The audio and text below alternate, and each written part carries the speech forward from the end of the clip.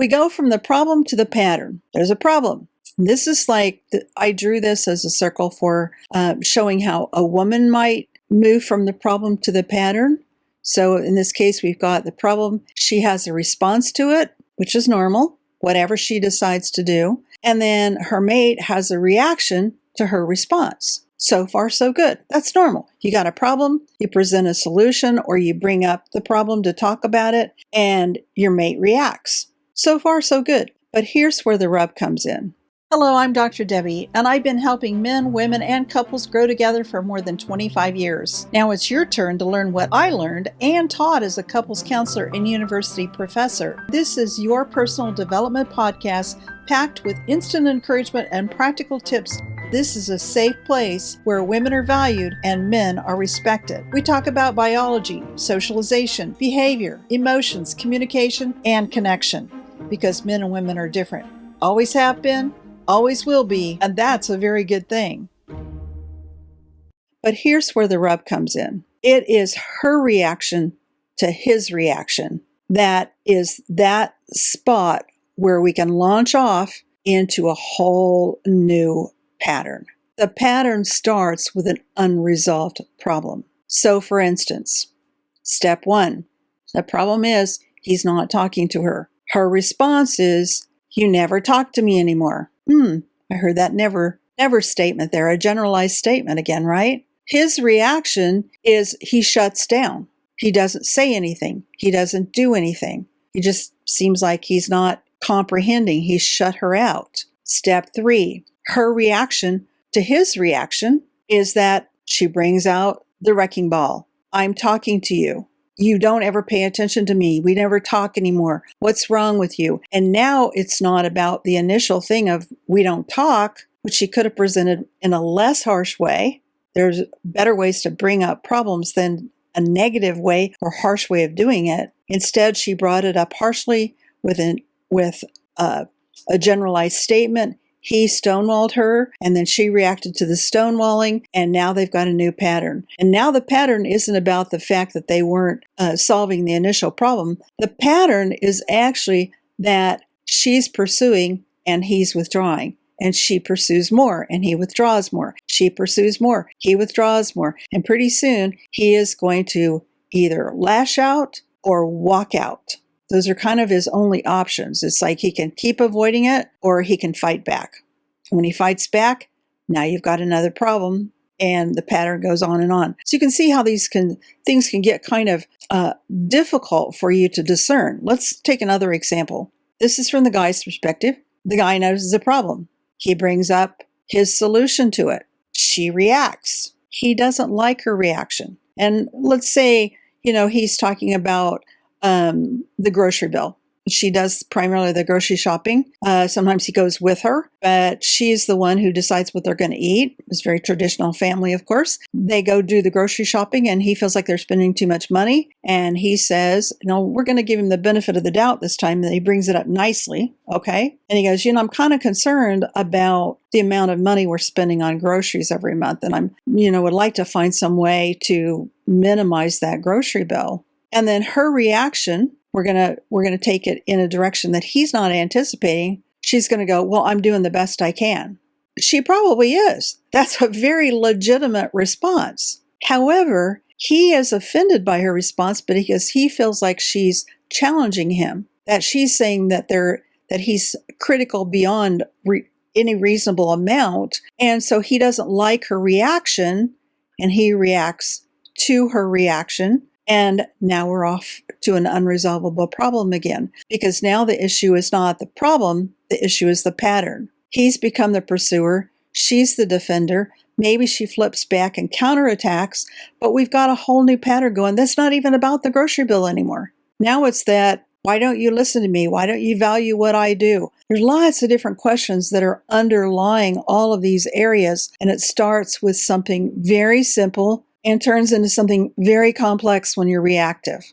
Okay? So if we were to do this in a healthier way, and I'm going to leave this screen up here, but we can actually derail that whole thing if we go back a step, and that instead of reacting to her reaction, he responds to her reaction.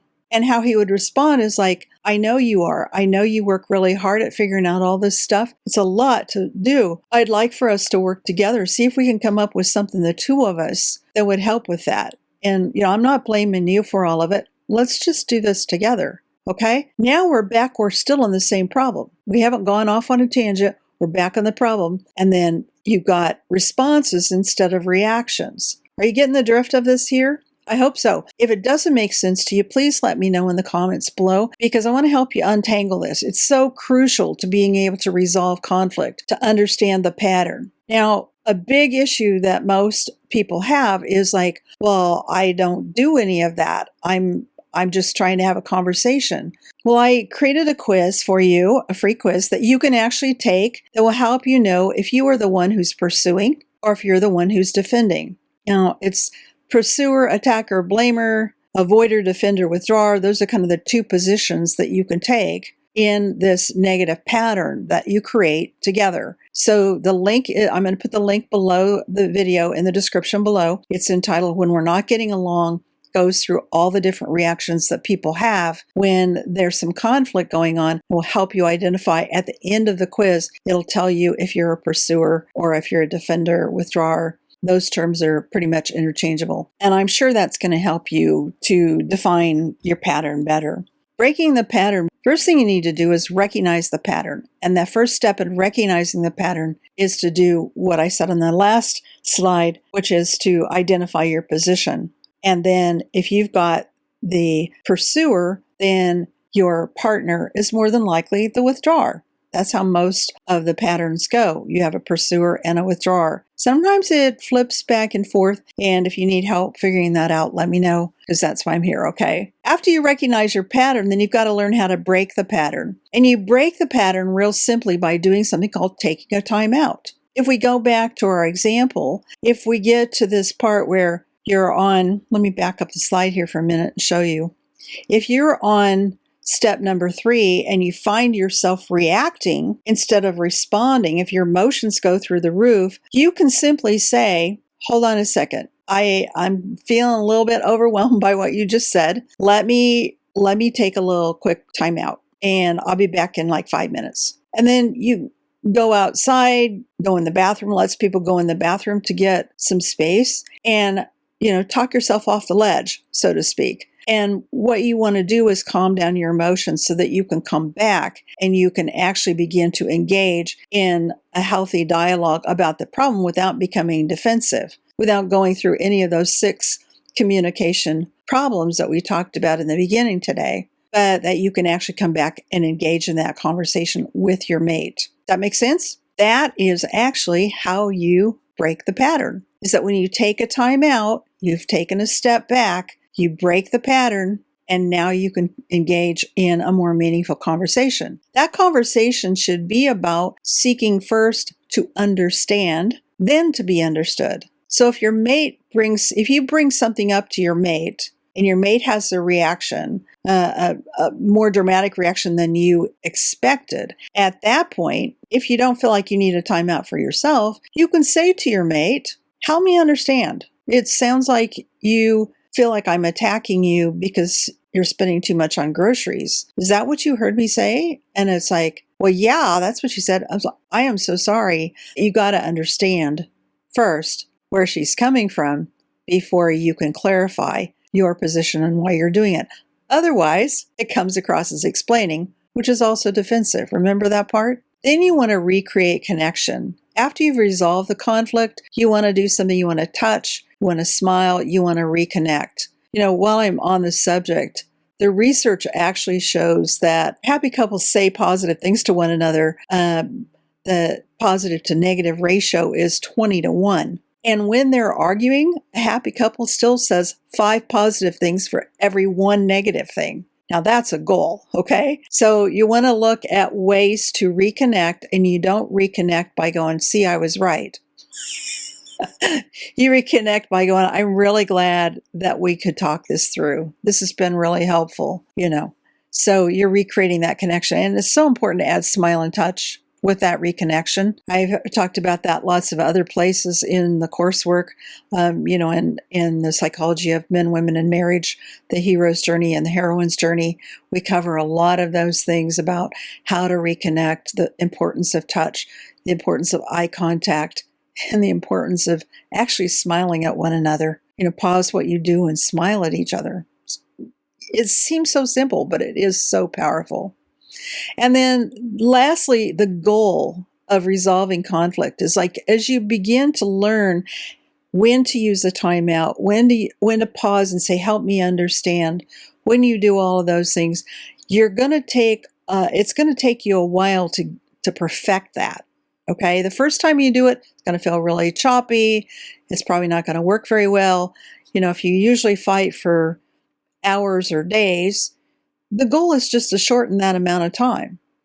Okay. The next time a conflict comes up, see if you can shorten that amount of time that conflict lasts until you get down to where you really just only have barely a little blip on the radar when there's a conflict, and you go, oh, wait a minute. Let me try to understand where you're coming from. Let me hear you out on what you're saying. And the beauty of this is that it actually can go either way. Each person at each stage can pull you out of that negative pattern.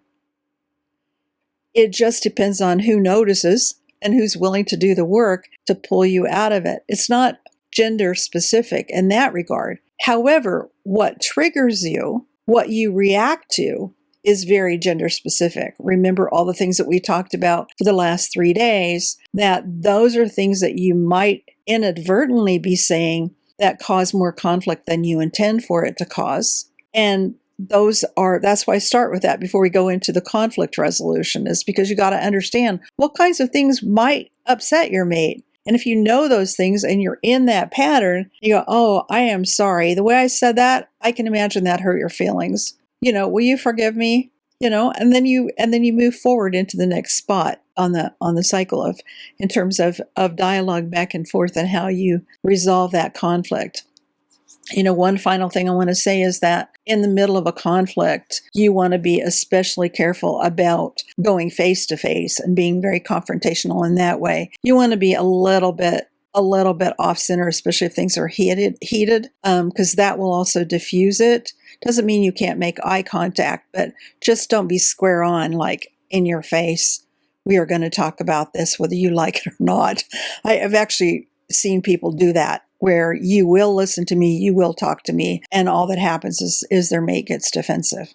We've just been skimming the rocks across the top of the pond, and there is a whole deep pond, a lake, an ocean sometimes, that you can go into in terms of understanding the differences between men and women and how marriage really does work.